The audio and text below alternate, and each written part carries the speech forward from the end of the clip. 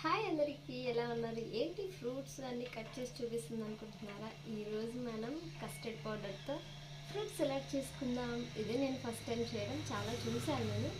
So try చేద్దామా? అలాగే మా పిల్లలు నాకు కొంచెం వెరైటీగా అడుగుతుంటారు కదా, సో వాళ్ళ కోసం ఐస్ క్రీమ్గా కూడా ట్రై చేద్దాము. రెండు విధాలు అనమాట. సో ప్రజెంట్ అయితే నేను ఫ్రూట్స్ ఇలాగ మా ఇంట్లో ఉన్నవి ఏంటంటే గ్రేప్స్, యాపిల్స్ మాత్రమే ఉన్నాయి. అండ్ సబ్జా ఒకటి నానబెట్టాను. సో అవే ఉన్నాయి కాబట్టి నానబెట్టేసాను అనమాట. అండ్ ఇవేమో కట్ చేసి రెడీగా ఉంచుకున్నాను.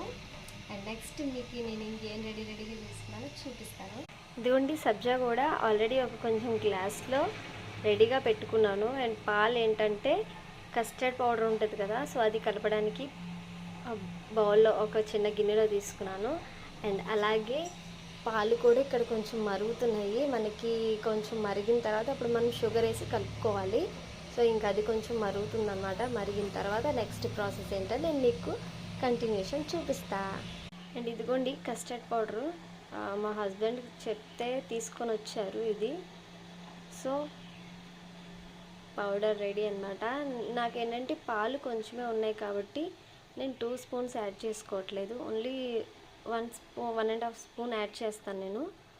సో ఓకేనా. పాలు మరిగిపోయి నేను ఏంటంటే సిమ్లో పెట్టేశాను. ఇప్పుడు ఇందులో కొంచెం షుగర్ యాడ్ చేస్తున్నాను అనమాట. పాలు కొంచెమే కాబట్టి ఎక్కువ షుగర్ అవసరం లేదు. సో యాడ్ చేసేసాను.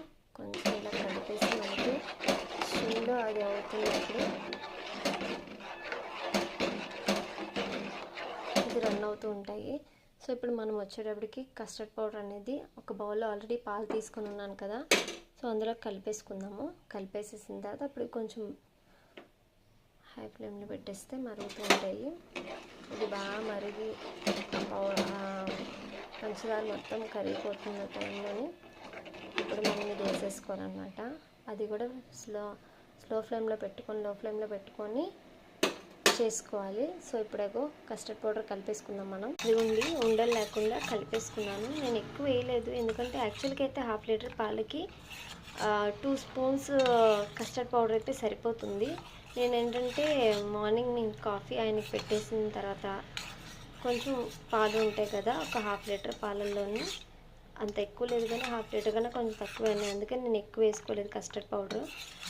1 స్పూన్ వేసాను, ఇది పెద్ద స్పూనే కాబట్టి 1 స్పూన్ ప్లస్ కొంచెం వేసాను అనమాట. అంటే 1.5 స్పూన్ వేసాను. ఉండలు లేకుండా కలిపేసుకున్నాం కదా. ఆల్రెడీ పాలు మరిగిపోయి నేను లో ఫ్లేమ్లో పెట్టాను. ఇప్పుడు ఏంటంటే ఈ కస్టర్డ్ పౌడర్ని దాంట్లో మనం లో ఫ్లేమ్లో పెట్టుకొని కలుపుతూ వేసుకోవాలి. దీన్ని నేను కంటిన్యూ వీడియో మళ్ళీ